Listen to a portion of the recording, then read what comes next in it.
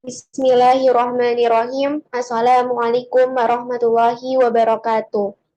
Alhamdulillahirabbil alamin wassalatu wassalamu asrofil anbiya'i wal mursalin sayyidina wa maulana Muhammadin wa ala alihi wa sahbihi ajma'in. Amma ba'd.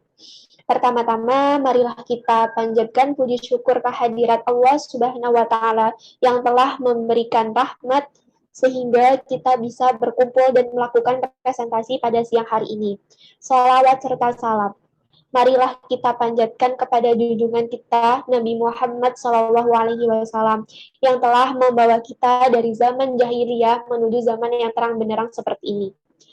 Dan yang saya hormati Bapak Nanang Kosim, SPDI, MPD, selaku dosen pengampu mata kuliah Pendidikan Agama Islam.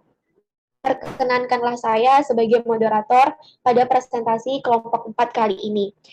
Dan selanjutnya saya akan memperkenalkan rekan-rekan saya yang terdiri dari Jesse Amelia, saya sendiri, Egwina Diska, Putri Astuti, Faradiba Evril, Farida Izatul, dan Rizal Rubianto.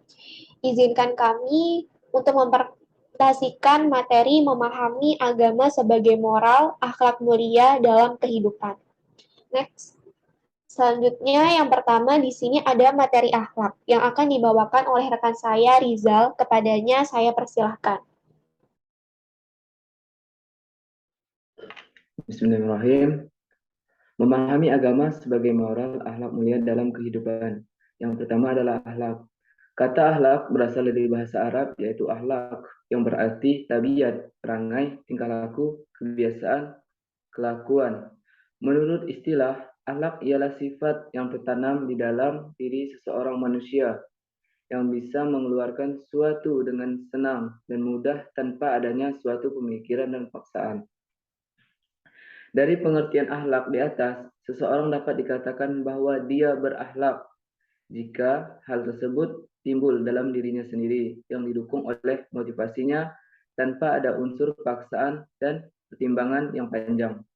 Apabila suatu perbuatan dilandasi dengan keterpaksaan, maka hal tersebut tidak bisa dikatakan berakhlak.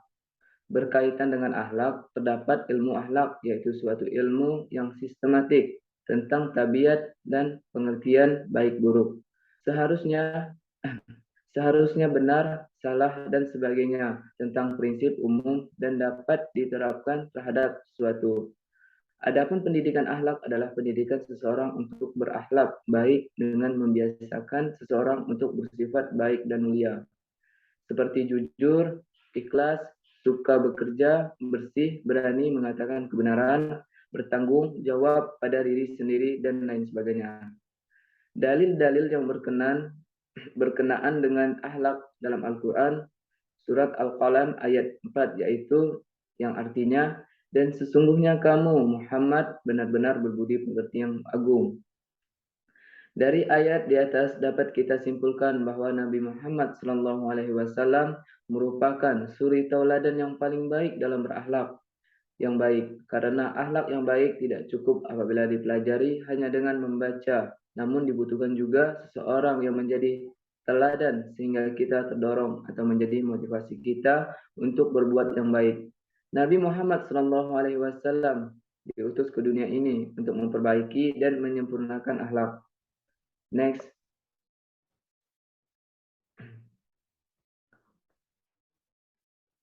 Agama Islam memiliki 3 pokok ajaran agama yang terdiri dari 3 komponen, saling berkaitan suatu sama lain dan harus diamalkan oleh setiap pemeluknya, yakni iman, Islam, dan ihsan. 3 pokok ajaran tersebut juga terkadang diistilahkan dengan akidah, syariah, dan akhlak. Agama Islam memiliki 3 pokok ajaran agama yang terdiri dari 3 komponen. Ketiga saling berkaitan satu sama lain dan harus diamalkan oleh pemeluknya. Yang pertama adalah iman. Iman adalah kepercayaan diri kepada Allah Subhanahu wa taala melalui ikrar yang kesaksian terhadap 2 persaksian, yaitu kesaksian bahwa tiada Tuhan selain Allah dan Nabi Muhammad adalah utusannya. Kesaksian ini merupakan pintu awal untuk masuk ke Islam. Adapun kesaksian bahwa tiada tiada Tuhan selain Allah dan Muhammad adalah kepercayaan diri kepada Allah Subhanahu wa taala melalui ikrar dan kesaksian terhadap dua persaksian, yaitu kesaksian bahwa tiada Tuhan selain Allah dan Nabi Muhammad adalah utusan Allah. Dan materi kedua disampaikan oleh selanjutnya.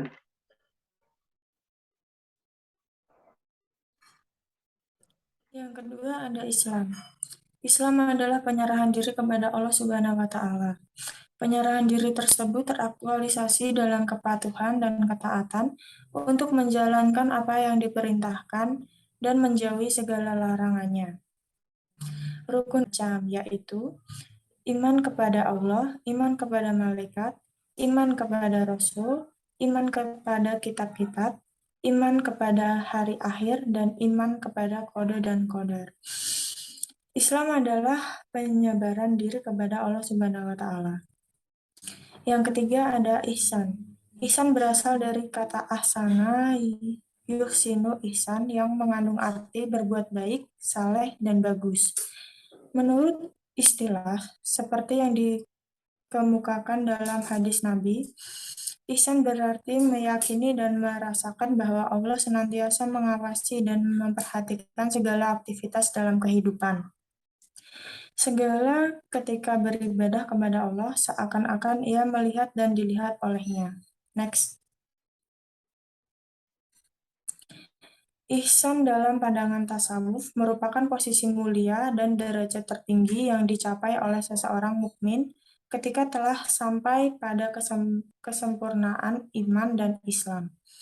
Ketika seorang mukmin telah sampai pada derajat ihsan dalam beribadah kepada Allah, seolah-olah ia melihat dan dilihat olehnya, sehingga perilaku ihsan akan teraktualisasikan dalam segala aspek kehidupan yang senantiasa menjunjung tinggi kebaikan budi dan beramal saleh. Ihsan menjadi sebuah posisi yang didambakan oleh setiap mukmin, sehingga seolah-olah untuk sampai pada posisi tersebut, seorang mukmin harus menyempurnakan keimanan serta keislaman terlebih dahulu. Keimanan dan keislaman seorang mukmin teraktualisasikan melalui rukun-rukun iman serta Islam yang diyakini dan menjadi dasar pemeluk agama Islam. Ihsan terdiri menjadi aplikasi dan rukun-rukun iman dan Islam. Selanjutnya,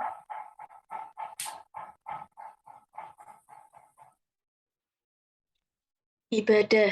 Ibadah berasal dari bahasa Arab yaitu al-ibadah, yang berarti pengabdian, penyembahan, ketaatan, menghinakan atau merendahkan diri, dan doa. Secara istilah, ibadah yaitu perbuatan yang dilakukan sebagai usaha menghubungkan diri kepada Allah SWT sebagai Tuhan yang disembah.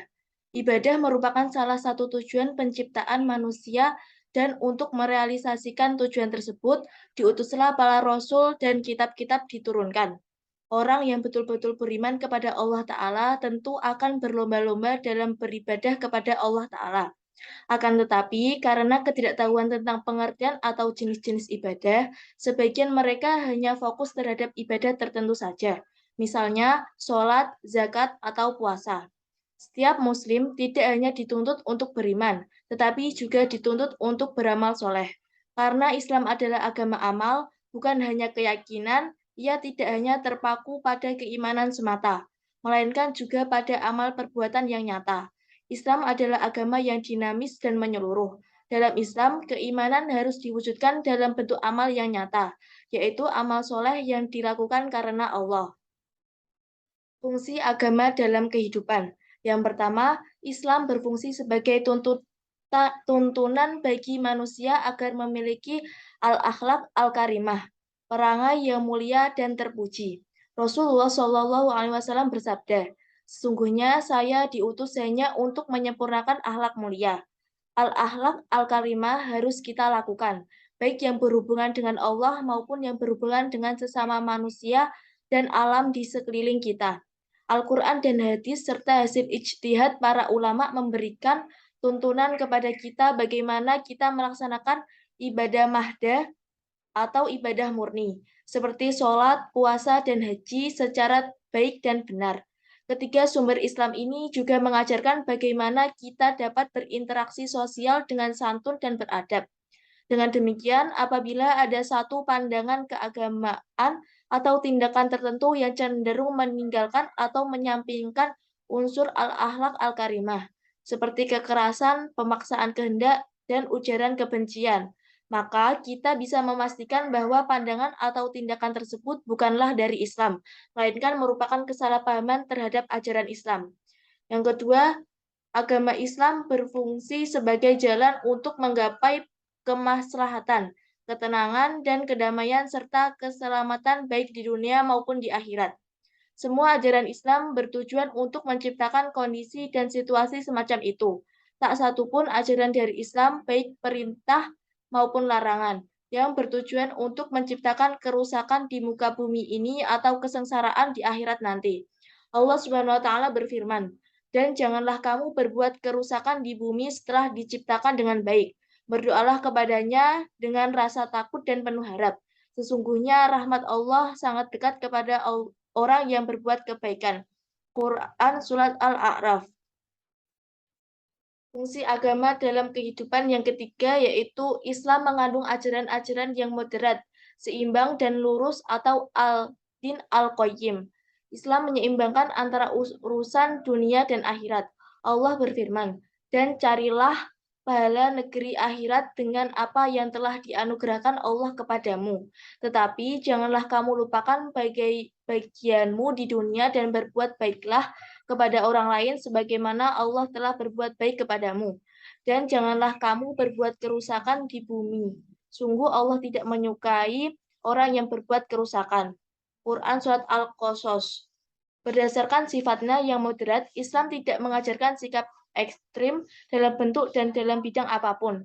Seandainya ada pandangan keagamaan yang mengarahkan untuk bersikap ekstrim dan radikal, baik dalam hal ritual keagamaan, ekonomi, politik, dan lain sebagainya, maka kita harus mewaspadai, kita tidak perlu mengikutinya. Yang terakhir, agama Islam berfungsi sebagai pemersatu umat yang berbeda-beda.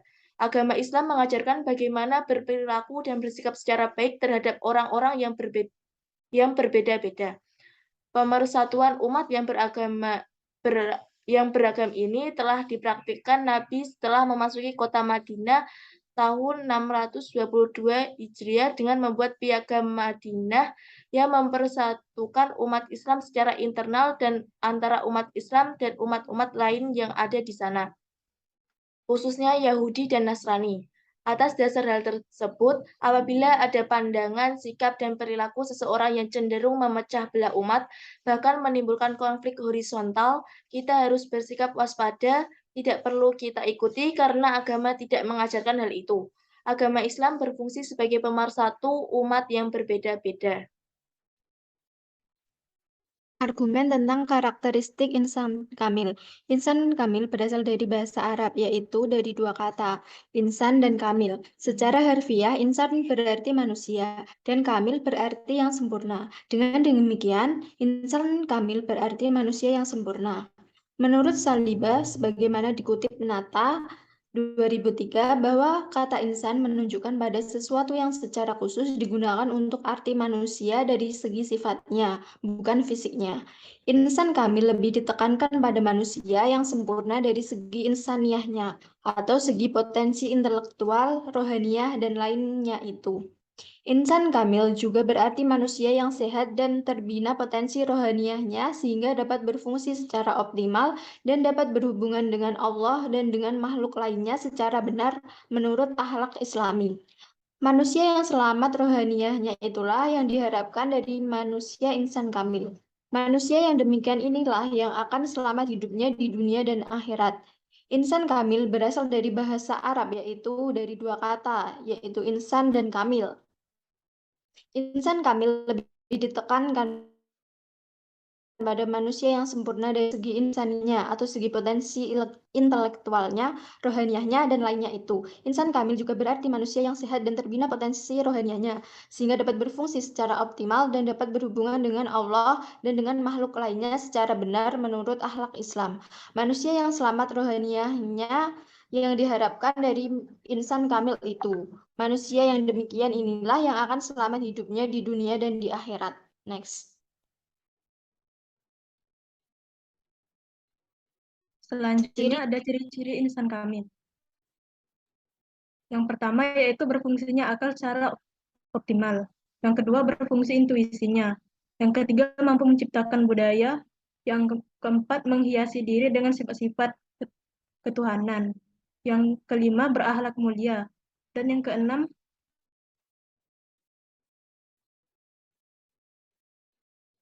berjiwa seimbang. Lanjut. Karakteristik insan kamil. Yang pertama yaitu manusia yang telah dilengkapi Tuhan dengan berbagai daya tangkap seperti serapan indera, rasio, dan intuisi dalam kadar yang tinggi, sehingga dapat merebut masa serta menguasai dunia. Yang kedua, manusia adalah teman kerja Tuhan di bumi. Dengan kata teman Tuhan sebagai hubungan yang dinamis. Artinya, dengan potensi kedua belah pihak, insan kamil dan Tuhan, maka akan mewujudkan sebuah penyempurnaan ciptaan Tuhan yang belum selesai dengan dialektik untuk kemudian diolah manusia menjadi barang konsumtif. Yang ketiga, irodah atau kehendak manusia utama adalah seiradah Tuhan. Yang keempat, ilmu dan kekuasaan Tuhan menjadi kembar dengan ilmu dan kekuasaan manusia utama. Yang kelima, insan kamil adalah orang yang tidak dikendalikan kodok dan kodor, melainkan mampu mengarahkan kemana harus terjadi. Karakteristik insan kamil melalui hasil empirik yang diperoleh dan kedekatannya dengan Tuhan, yang didapat setelah mendapatkan keridhoannya, yaitu yang pertama, rahmat material. Apabila seseorang menaati Allah dan menciptakan keridhoannya, maka ia akan semakin banyak menerima anugerah. Yang kedua, keadilan sosial. Apabila seseorang menaati Allah dan mengikuti hukum-hukumnya, maka tidak akan ada kezaliman pada dirinya. Yang ketiga, kedamaian dan percaya diri. Bila seseorang dekat kepada Allah, maka segala hal yang menjadi tampak ringan dan kecil baginya. Ia merasa berada di bawah perlindungannya, sehingga tidak ada yang dapat merugikannya. Baik, sekian dari presentasi hari ini. Kurang lebihnya mohon maaf. Wassalamualaikum warahmatullahi wabarakatuh.